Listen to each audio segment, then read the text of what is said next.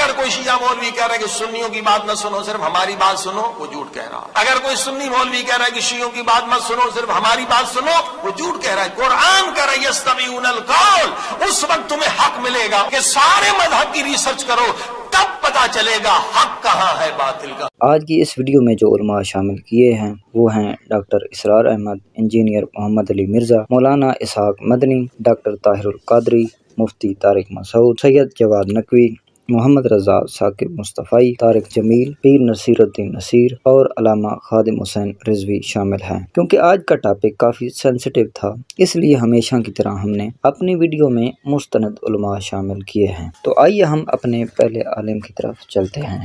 بن مبارک سے کسی نے پوچھا کہ امیر معاویہ افضل ہے یا عمر بن عبدالعزیز افضل ہے، تو آپ نے فرمایا کیا بات کر دی تو نے؟ امیر معاویہ نے جو حضور کی حمایت میں گھوڑا دوڑایا نا، اس گھوڑے کے ناک میں جو مٹی داخل ہوئی نا، عمر بن عبدالعزیز تو اس کا مقابلہ بھی نہیں کر سکتا۔ میں معاویہ بن ابی سفیان، مغیرہ ابن شعبہ، عمر ابن عاص، بسر بن ارطاہ رضی اللہ عنہم اجمعین کو اس حوالے سے صرف عزت کرتا ہوں کہ وہ اصحاب ہیں، باقی جو ان کے اعمال ہیں وہ اللہ کو خود جواب دہ ہے۔ میں لعنت کا قائل نہیں ہوں، لیکن ڈنکے کی چوٹ پہ بخاری و مسلم کے حدیث کی روشنی میں ان کی غلطیاں بیان کرتا ہوں، جو غلطیاں الحمدللہ میں نے نہیں ہے، نبی صلی اللہ علیہ وسلم نے پہلی پریڈکشن کی تھی کہ انہوں نے امت کم پانا ہے، یہ میں نے نہیں بیان کی ہے، نبی صلی اللہ علیہ وسلم اور میں عمار کو باغی جماعت قتل کرے گی، وہ اللہ کی طرف بلائے گا، وہ دوزخ کی طرف بلائے گی۔ صحیح بخاری 2812 2818۔ یہ نبی صلی اللہ علیہ وسلم کو کوئی ٹیچ کرنا چاہتا ہے کہ تم نے کیوں یہ نعوذ باللہ من ذالک گستاخی کی ہے اصحاب کی، یہ بات کہہ کے کہ باغی جماعت دوزخ کی طرف بلانے والی۔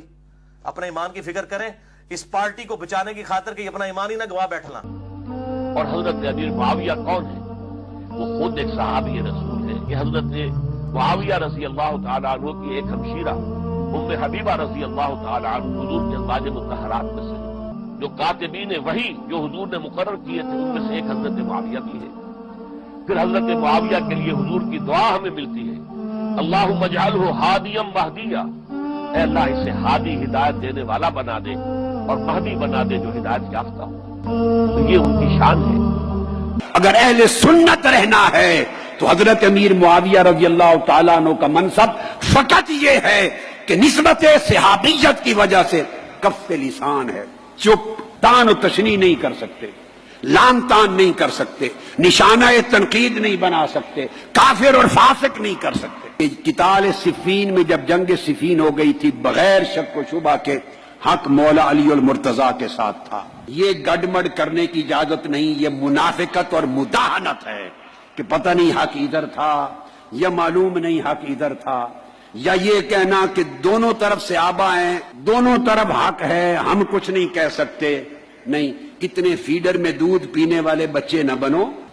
اب صاحب فتح القدیر لکھتے ہیں کہ اس پر دلیل جو متفق علیہ حدیث ہے بخاری مسلم کی کہ آقا نے فرمایا سَتَقْتُلُكَ الْفِئَةُ الْبَاغِيَةُ، عمار تمہیں ایک باغی گروہ قتل کرے گا، شہید کرے گا۔ اب آقا علیہ السلام جس گروہ کو باغی کہہ دیں، دنیا میں کون مسلمان ہے محمد مصطفیٰ کا کلمہ پڑھنے والا جس گروہ کو مصطفیٰ الفئۃ الباغیہ کہہ دے، اس کے بعد وہ ان کے فیضان کے چشمے جاری کرے اور ان کی تقریریں کرے اور ان کے عرسوں کا اعلان کرے؟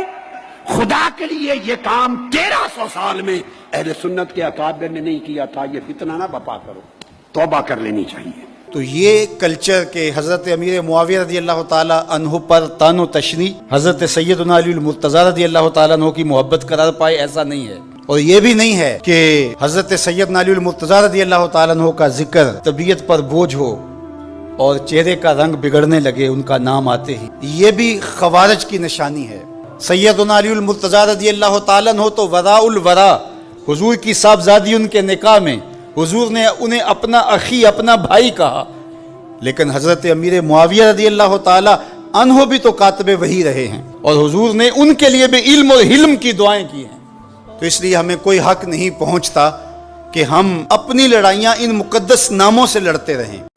تکوینی نظام میں اب خلافت کا زمانہ ختم ہو چکا تھا، تو آپ نے فرمایا میرے بعد خلافت 30 سال ہے، پھر بادشاہت ہوگی رحمت والی، معاویہ کی بادشاہت کی طرف اشارہ، اور پھر اس کے بعد ملک ہوگا کتے کی طرح کاٹ کھانے والا۔ بادشاہت صحابہ میں کسی کا بادشاہ ہونا بھی ضروری تھا.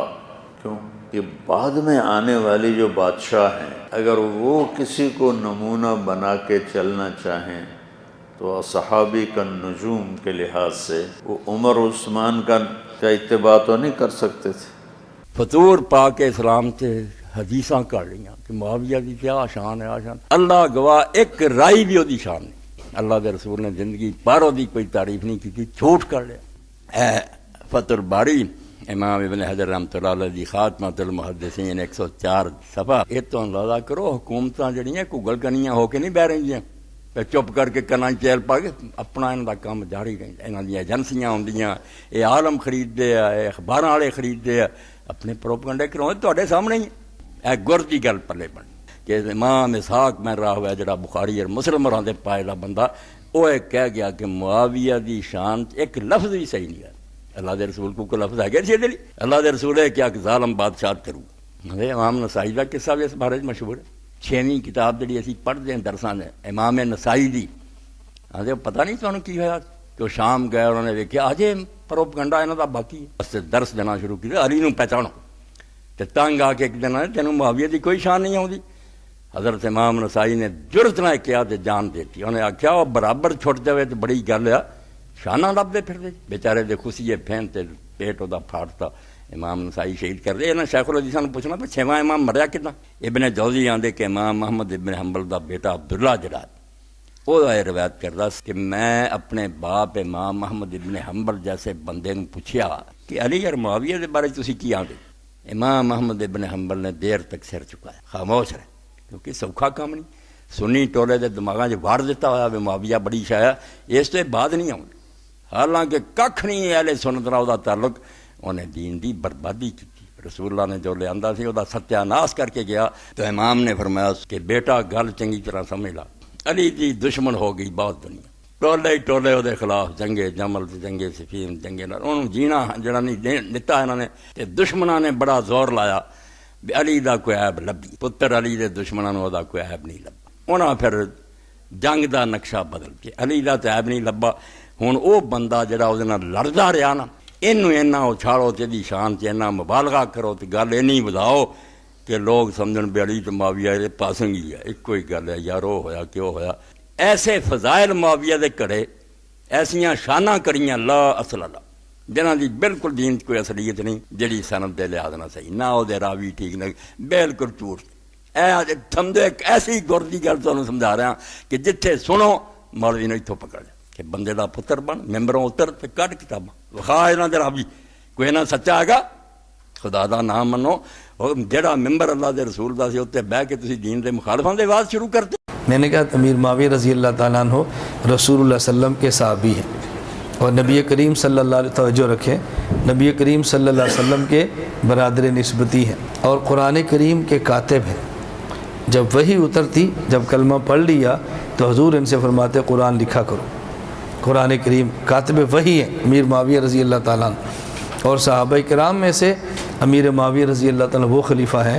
حضرت علی اور امیر معاویہ کے اختلاف رہا, حضرت علی شہید ہو گئے, حضرت حسن سے اختلاف رہا, حضرت حسن ان کے ہاتھ پر بیعت کر لی. اب امیر معاویہ وہ صحابی ہیں کہ جن کو تمام صحابہ کرام نے اپنا خلیفہ مان لیا. مجھے لگتا نہیں ہے کہ کسی پاکستانی شیعہ نے کم از کم معاویہ کی زندگی کا مطالعہ کیا ہو نفرت کی وجہ سے. وہ اس قابل ہی نہیں سمجھتے کہ چھوڑو اس کو ہم کیا پڑھیں, لیکن پڑھنا بہت ضروری ہے. عزیز من, اگر المیہ سمجھنا ہے, اگر آپ نے اس ٹریجڈی کو سمجھنا ہے, کربلا کو سمجھنا ہے, عاشورہ کو سمجھنا ہے, اہل بیت کے ساتھ جو کچھ ہوا اس کو سمجھنا ہے, ان کرداروں کو تاریخ کے آئینے میں جا کر پڑھو. ان سارے کرداروں کو پڑھو جتنے کردار اہل بیت کے مقابلے میں ہیں, اور خصوصاً اس شخصیت کو جس نے رخ بدلا. اس شخصیت کو پڑھے بغیر ٹریجڈی کا اندازہ نہیں ہو سکتا. تجزیہ کریں, تحلیل کریں, کس قسم کے افراد تھے جنہوں نے ائمہ سے امت کو دور کر دیا. یہ معمولی لوگ نہیں تھے, غیر معمولی لوگ تھے. امام سے امت دور کرنا, والی سے رعیت دور کر دینا, امام سے امت کو ہٹا دینا, یہ غیر معمولی کام ہے. یہ ہر آدمی نہیں کر سکتا. آپ ان کی شخصیت کو پڑھیں,